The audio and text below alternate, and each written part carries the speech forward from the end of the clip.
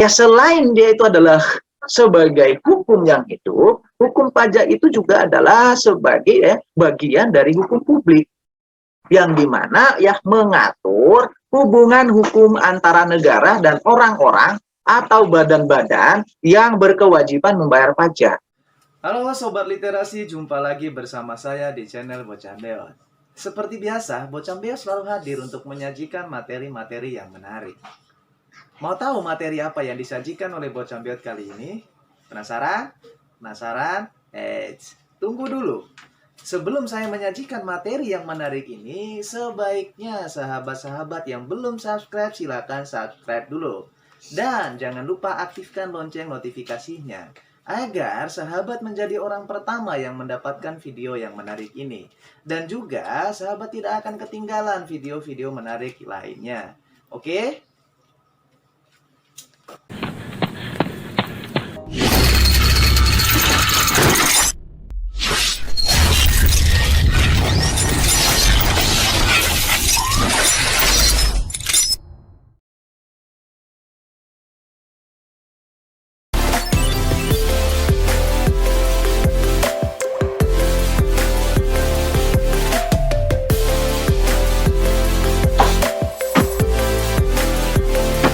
Materi ya sebagaimana kemarin yang sudah saya tunjukkan kepada Bapak Ibu bahwasannya penerimaan negara yang paling besar itu adalah bersumber dari pajak. Perpajakan itu kita memahami terkait pula ya awal mula yang namanya pajak itu apa.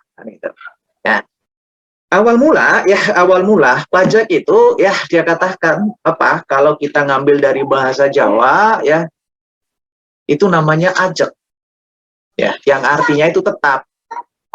Nah, kata ini ya memang lahir pada zaman kerajaan. Ya, kata ajek itu memang lahir di zaman kerajaan yang dimana ya semua raja-raja itu pasti memungut upeti dari masyarakat. Nah, upeti ini adalah sebagai bukti loyalitas, sebagai bukti ya bahwa ya kita punya tanggung jawab.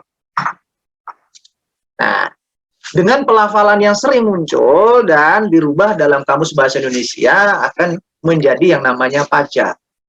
Nah, itu Bapak Ibu ya kalau kita lihat dari konsep atau dari awal mula terbentuknya nama pajak. Nah, sehingga kalau kita melihat ke belakang ya pada zaman dulu yang dimana menurut teori tradisional ya pajak itu merupakan pungutan atau upeti yang diberikan kepada raja sebagai lambang loyalitas dan pengabdian kita kepada seorang raja. Nah, di zaman yang sekarang, ya di zaman modern, ya pajak ini dirubah menjadi pengertiannya adalah iuran yang dibayarkan oleh rakyat atau pelaku bisnis atas penyediaan barang publik yang disediakan. Nah, di slide berikutnya atau di materi berikutnya, kita akan melihat ada beberapa banyak teori yang menyatakan terkait dengan apa yang dimaksud dengan pajak itu. Nah, seperti ya kita akan melihat dari ya Profesor Smith ya, yang dimana dia katakan ya pajak itu merupakan ya prestasi kepada pemerintah yang terutang melalui norma-norma umum dan dapat dipasahkan tanpa adanya kontra prestasi yang dapat ditunjukkan secara individual. Maksudnya adalah untuk membiayai pengeluaran pemerintah. Nah, yang berikutnya kalau kita melihat ya dari Profesor Rahmat, dia katakan apa? Pajak itu merupakan iuran rakyat kepada kas negara berdasarkan undang-undang. Nah, kalau berdasarkan undang-undang di sini itu artinya apa? Dapat dipaksakan. Jika dipaksakan dan yang lebih sadis lagi adalah ya tidak ada imbalan jasa. Ya, tidak ada imbalan secara langsung. Nah, yang berikutnya ya juga ada 4 yang saya kutip, yang dimana yang ketiga adalah dari yang Profesor Andriani, dia katakan apa? Pajak itu merupakan iuran kepada negara yang dapat dipaksakan yang terutang oleh yang wajib membayarnya menurut peraturan perundang-undangan. Nah, dari tiga seorang ahli di sini, mereka sama-sama mengatakan bahwa pajak itu adalah sebagai kewajiban, yang dimana iuran wajib dari masyarakat atau dari rakyat kepada negara, mana masyarakat tidak akan mendapatkan imbalan secara langsung. Nah, kalau kita melihat lagi dalam pasal 1 ayat 1, ya ketentuan umum perpajakan, dia mengatakan ya bahwa pajak itu merupakan kontribusi wajib kepada negara yang terutang oleh orang pribadi atau badan yang bersifat memaksa berdasarkan undang-undang dengan tidak mendapatkan imbalan secara langsung dan digunakan untuk keperluan negara bagi sebesar-besarnya kemakmuran rakyat. Nah, untuk keperluan pengeluaran dan pembiayaan negara guna untuk kemakmuran rakyat. Nah, itulah pajak. Kalau dari konsep memang dia katakan bahwa kita memiliki kewajiban yang tidak bisa ditolak. Yang dimana kewajiban itu sudah diatur dalam undang-undang, ya, yang dimana dia mengatakan bahwa iuran wajib kita kepada negara yang tidak mendapatkan imbalan secara langsung. Ya. Jadi segala pembiayaan yang dikeluarkan oleh negara itu adalah ya salah satu sumber yang terbesarnya itu adalah dari pajak.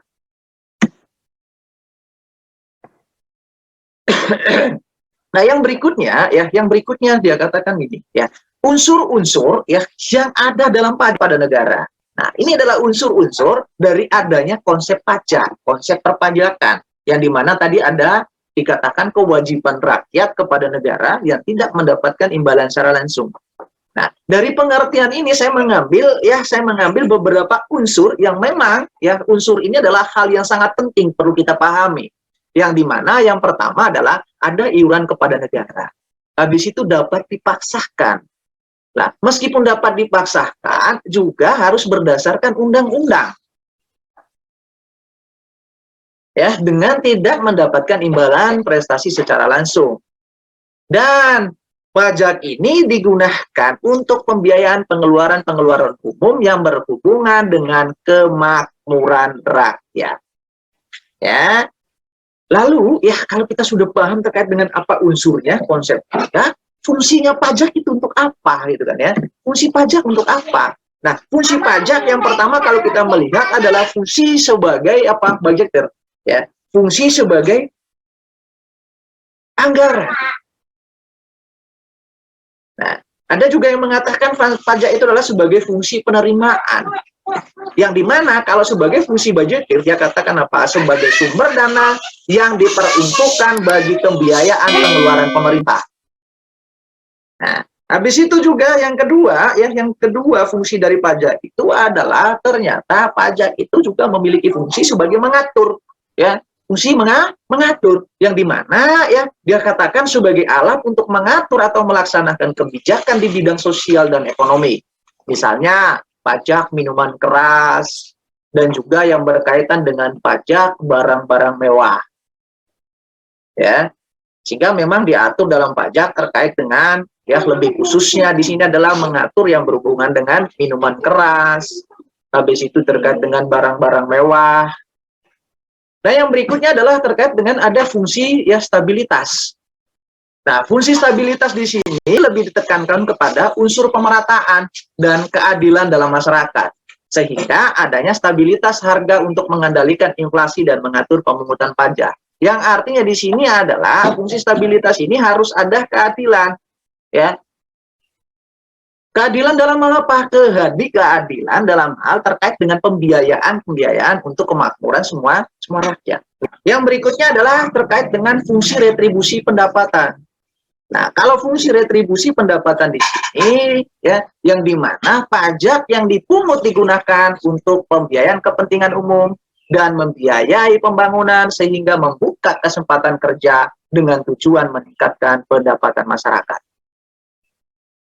Nah, kalau banyak ya pembiayaan yang dikeluarkan untuk kepentingan masyarakat, maka ya kalau secara teori pasti berpengaruh kepada ya peningkatan pendapatan masyarakat. Ya. Yang berikutnya Bapak Ibu ya yang perlu kita pahami adalah ya dalam hukum pajak itu kita memaham terkait dengan apa?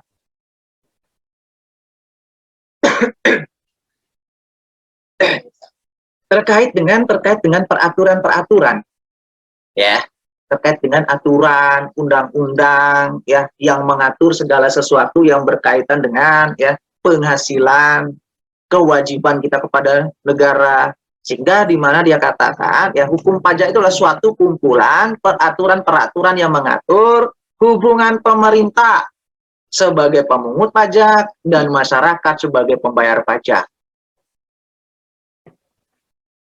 Nah, di lain pihak, di lain sisi, ya, di mana dia katakan hukum pajak itu adalah hukum yang hidup. Ya, kenapa hukum yang hidup? Karena senantiasa mengikuti perkembangan kehidupan sosial dan ekonomi suatu bangsa dan negara, karena kebutuhan kehidupan bangsa dan negara itu ditumpukan pada berhasilnya pemungutan pajak. Nah, hukum yang hidup, yang senantiasa berubah-ubah tergantung ya kehidupan sosial dan ekonomi.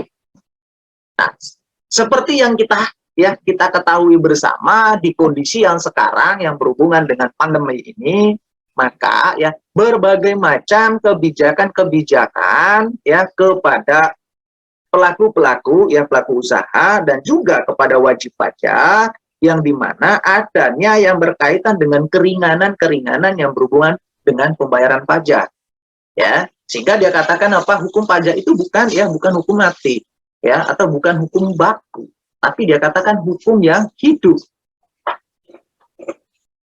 Nah, yang berikutnya ya selain dia itu adalah sebagai hukum yang hidup, hukum pajak itu juga adalah sebagai bagian dari hukum publik yang dimana ya mengatur hubungan hukum antara negara dan orang-orang atau badan-badan yang berkewajiban membayar pajak. Ya. Nah, itu yang dikatakan sebagai hukum pajak. Nah, kalau kita melihat ya yang dimana tadi dia katakan ya hukum publik. Ya, hukum publik. Nah, jika demikian, ya apa aja yang diatur gitu kan ya dalam hukum pajak? Ternyata yang diatur dalam hukum pajak itu adalah kita lihat bersama yang pertama siapa yang menjadi subjek pajak dan wajib pajak. Ya. Yang berikutnya adalah apa saja yang menjadi objek pajak. Habis itu apa kewajiban dari seorang wajib pajak? Lalu ya timbul dan hapusnya utang pajak. Bagaimana perlakuan atas adanya timbul utang pajak dan bagaimana kalau misalnya utang pajak tersebut dihapus. Lalu juga terkait dengan cara bagaimana yang wajib pajak itu menagih pajak. Habis itu juga mengatur yang berkaitan dengan bagaimana cara seorang wajib pajak untuk mengajukan atau mengadu terkait dengan keberatan. Ya.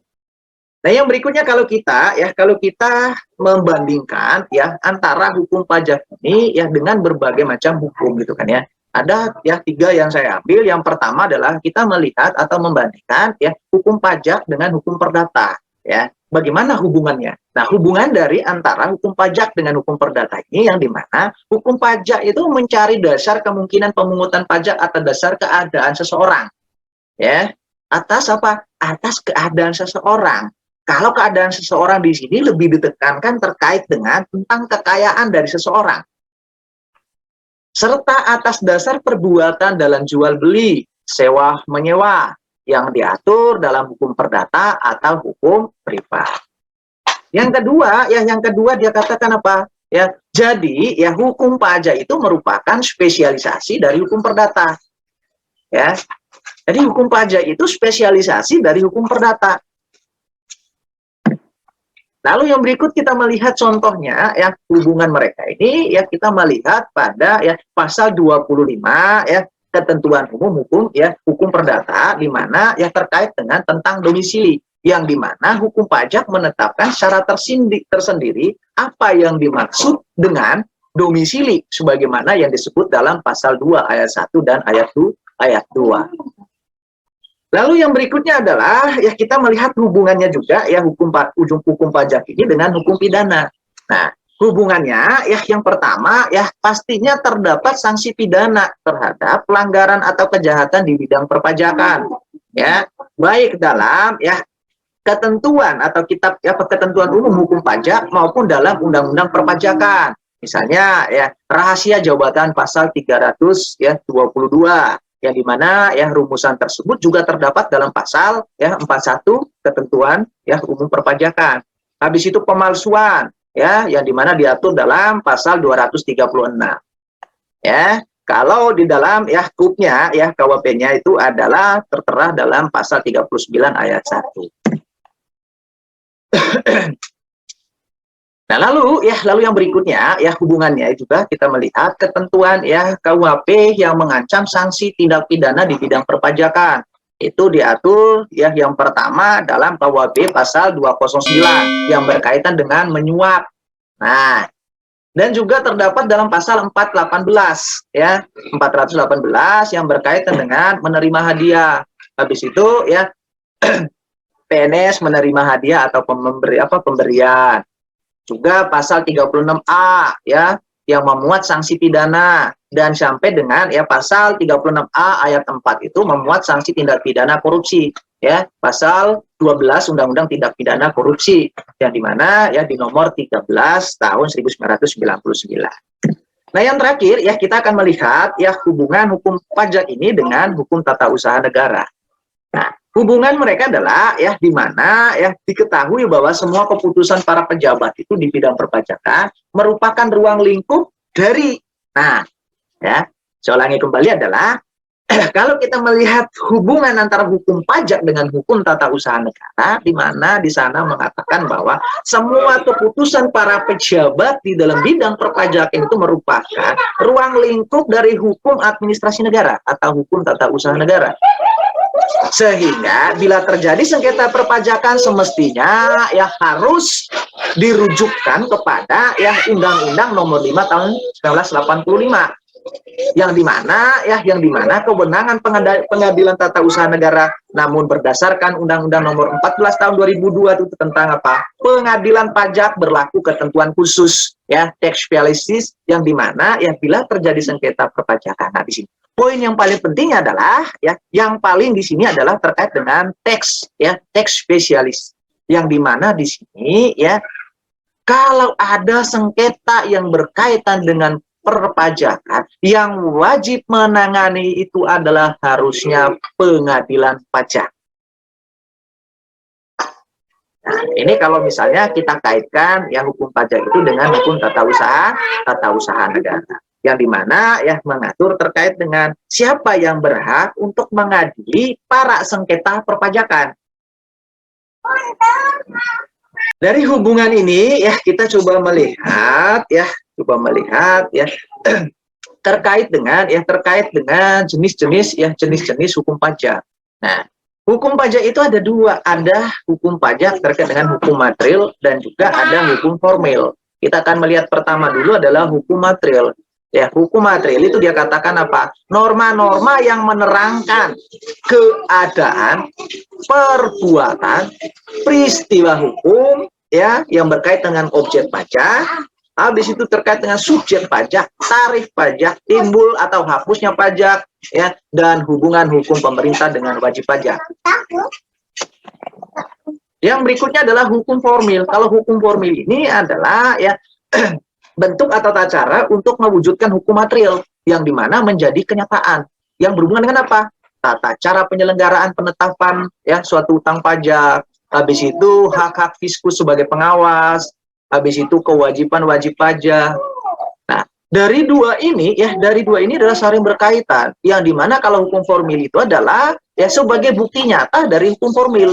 Yang dimana hukum formil ini terkait dengan menerangkan keadaan seseorang, perbuatan seseorang, peristiwa hukum. Habis itu subjek pajak, tarif pajak yang ditetapkan, yang timbul dan hapusnya utang pajak. Nah, sehingga ya jika hukum materialnya berjalan agar itu bisa dijalan dengan baik sesuai dengan keinginan, maka itu juga diatur dalam hukum formil yang dimana di sana ya tentang tata cara penyelenggaraan penetapan suatu utang pajak.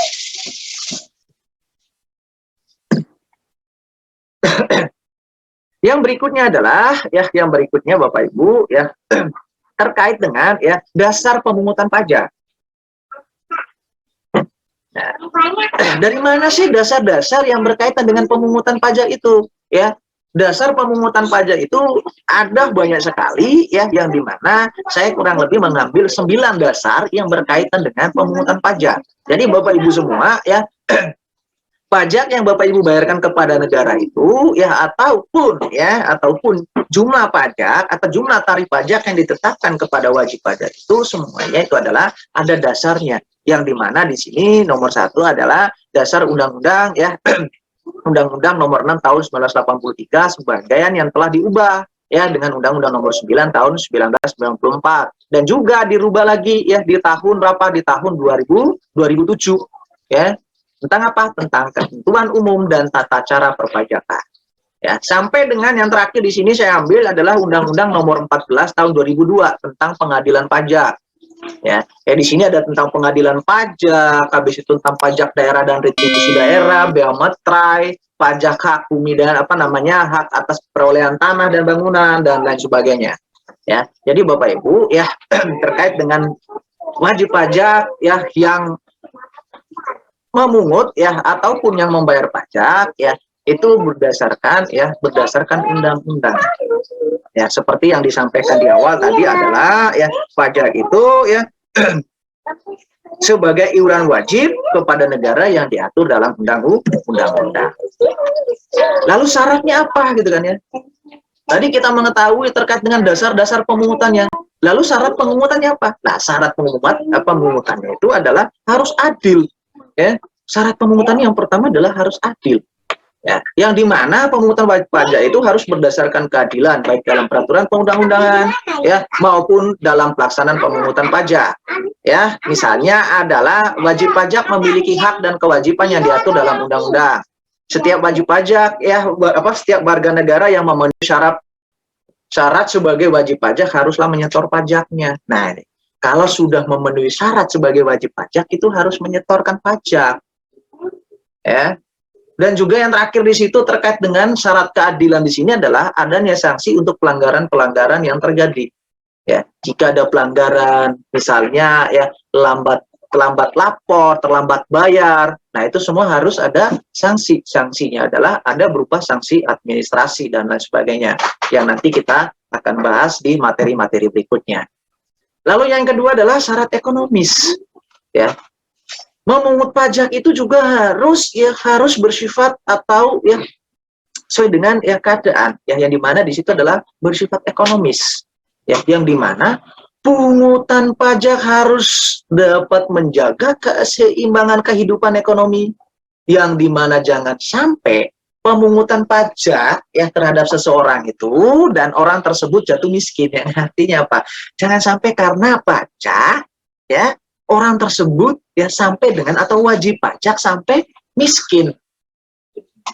Sehingga dia katakan apa? Syaratnya itu harus ekonomis.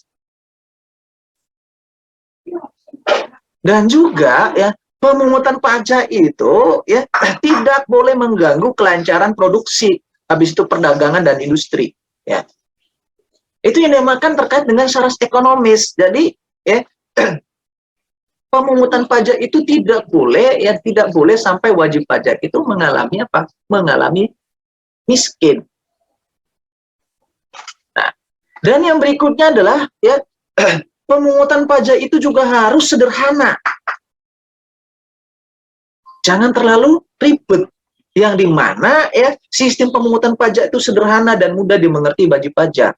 Ya, sistem pemungutan pajak yang sederhana akan membantu wajib pajak dalam melaporkan pajak mereka dan mendorong masyarakat memenuhi kewajiban perpajakan.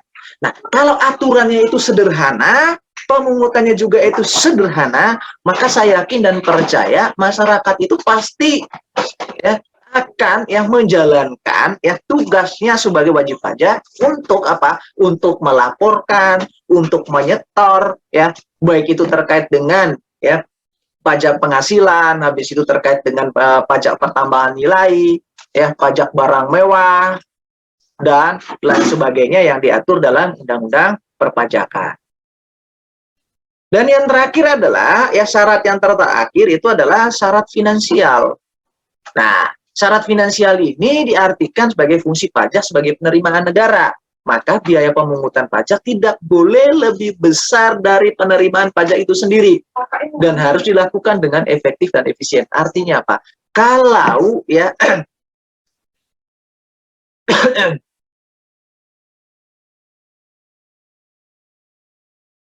kalau pajaknya itu adalah 30.000 ya, biaya pemungutannya itu jangan sampai lebih dari 30. Nah, harus di bawah dari 30. Itu yang dinamakan terkait dengan syarat finansial. Dan juga pemungutannya itu harus dilakukan secara efektif dan efisien. Ya. Jadi tidak boleh lebih dari ya nilai pajaknya. Pajaknya nilainya 30.000, biaya pemungutannya itu adalah 40.000. Nah, ini yang tidak boleh. Sehingga diatur memang syarat pemungutannya itu adalah yang terakhir di situ ya terkait dengan syarat finansial. Ya.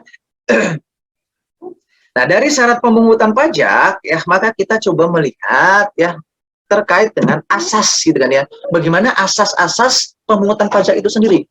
Nah, saya mengambil beberapa asas yang diterangkan atau ya saya mengadopsi atau bukan mengadopsi, tapi saya mengutip dari ya Adam Smith yang dimana dia katakan apa? Ada 5 kaidah yang harus diperhatikan dalam memungut ya dalam membuat undang-undang perpajakan dan terkait dengan pemungutan pajak ini.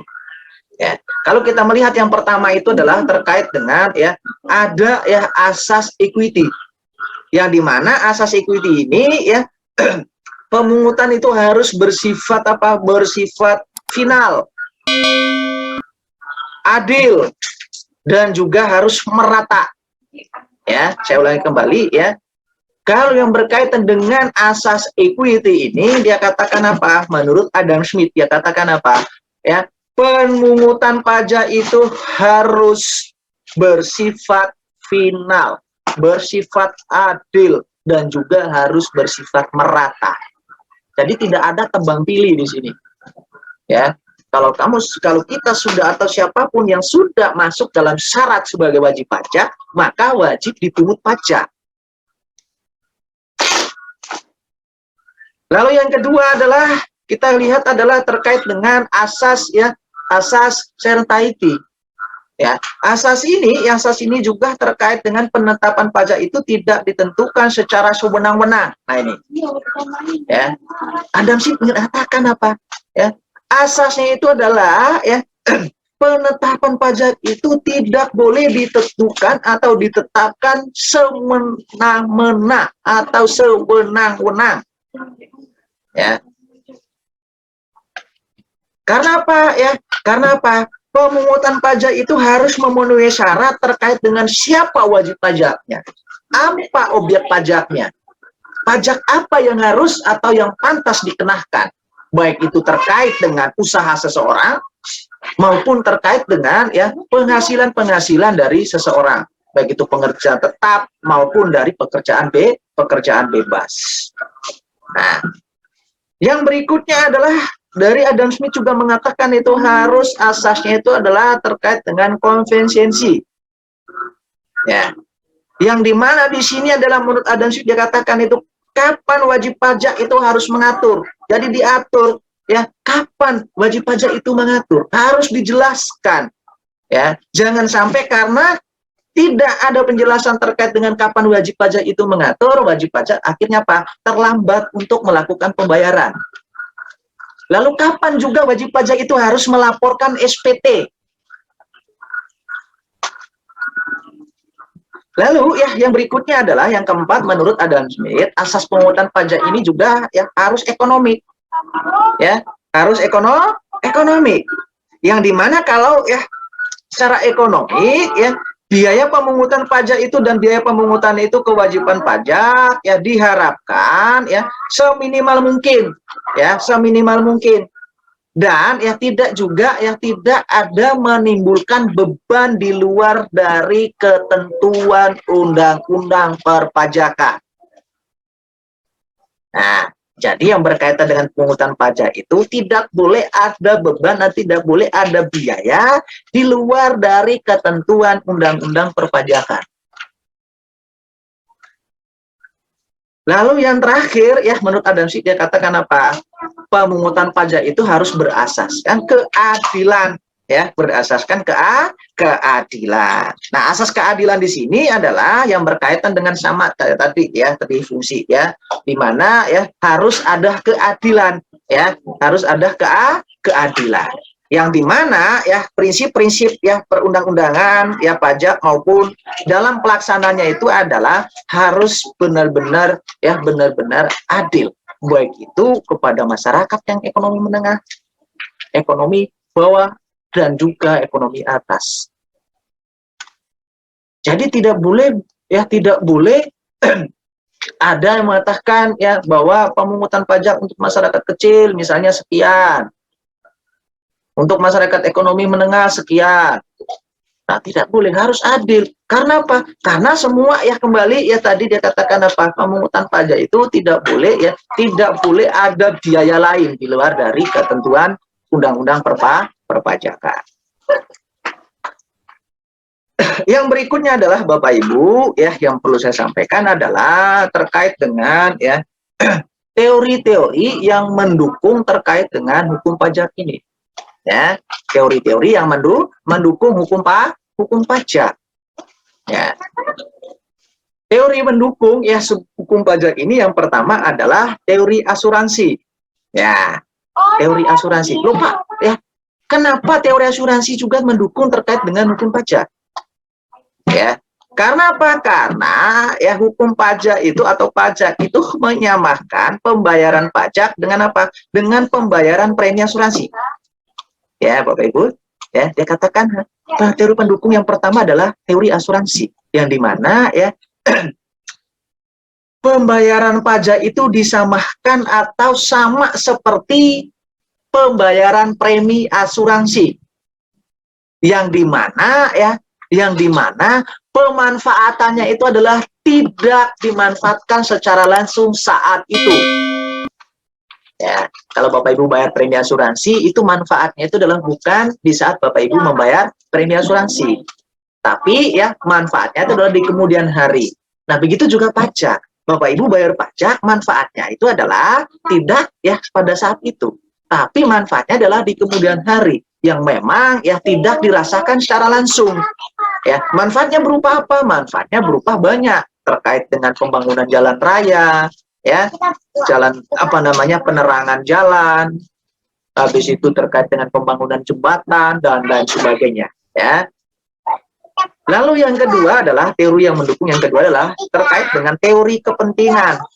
Nah, teori kepentingan di sini adalah memperhatikan beban pajak yang harus dipungut dari masyarakat. Nah, jangan ada kepentingan lain dalam hal pemungutan pajak. Ya, jangan ada kepentingan lain dalam hal apa? Dalam hal pemungutan pajak.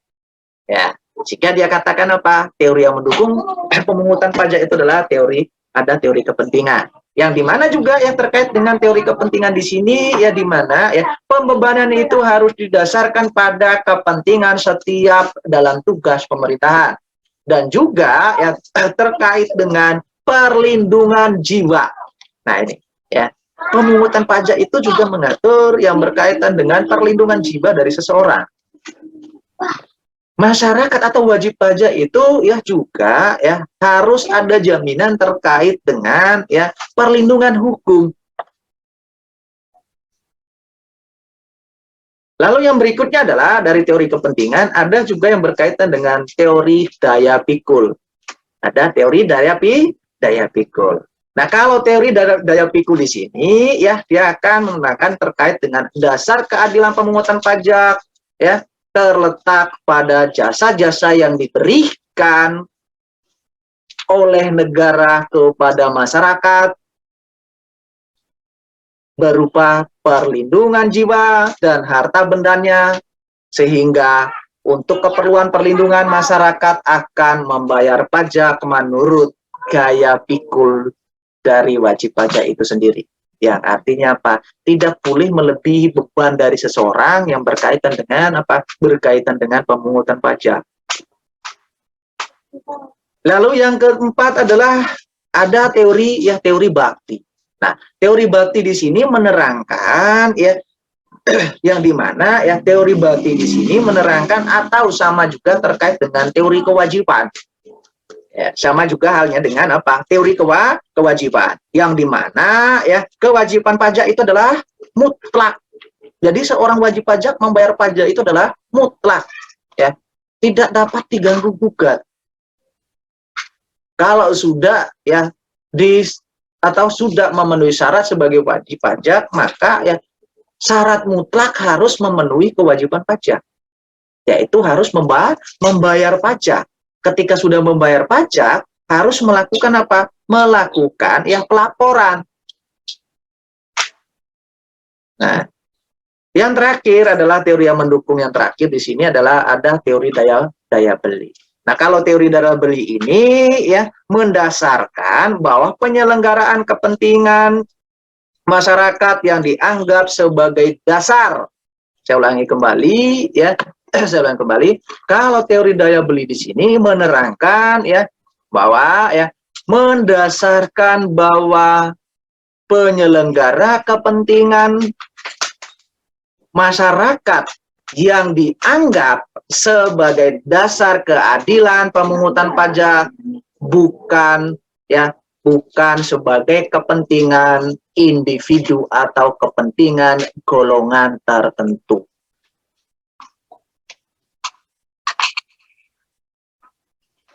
Sehingga ya teori daya beli ini juga berkaitan dengan apa?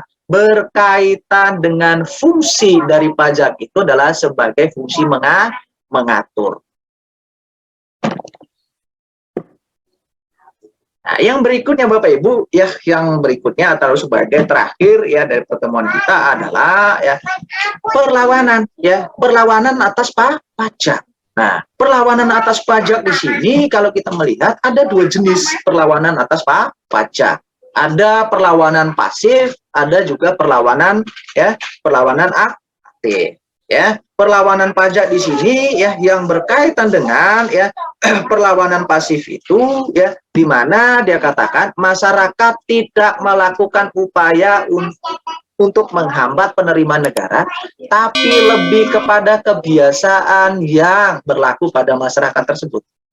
Ya, yang artinya apa? Ya, yang artinya ya sesuai dengan apa? Sesuai dengan ya kebiasaan dari masyarakat. Yang dimana ya sebenarnya dia tidak punya niat untuk menghambat terkait dengan penerimaan negara.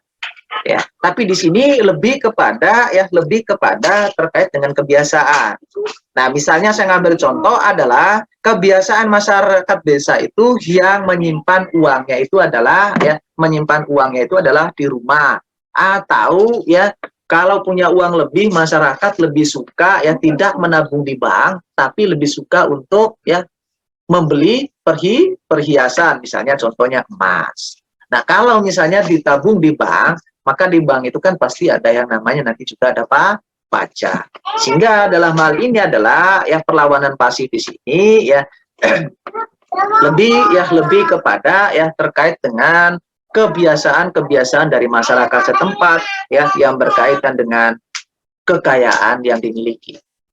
Lalu kita melihat adalah ada perlawanan aktif ya. Perlawanan aktif di sini memang ya serangkaian usaha yang dilakukan oleh wajib pajak untuk tidak membayar pajak atau mengurangi jumlah pajak yang seharusnya. Nah, ini. Nah, kalau perlawanan aktif di sini adalah ya memang tindakan yang memang sengaja dilakukan yang dimana ya dia mengurangi jumlah pajak.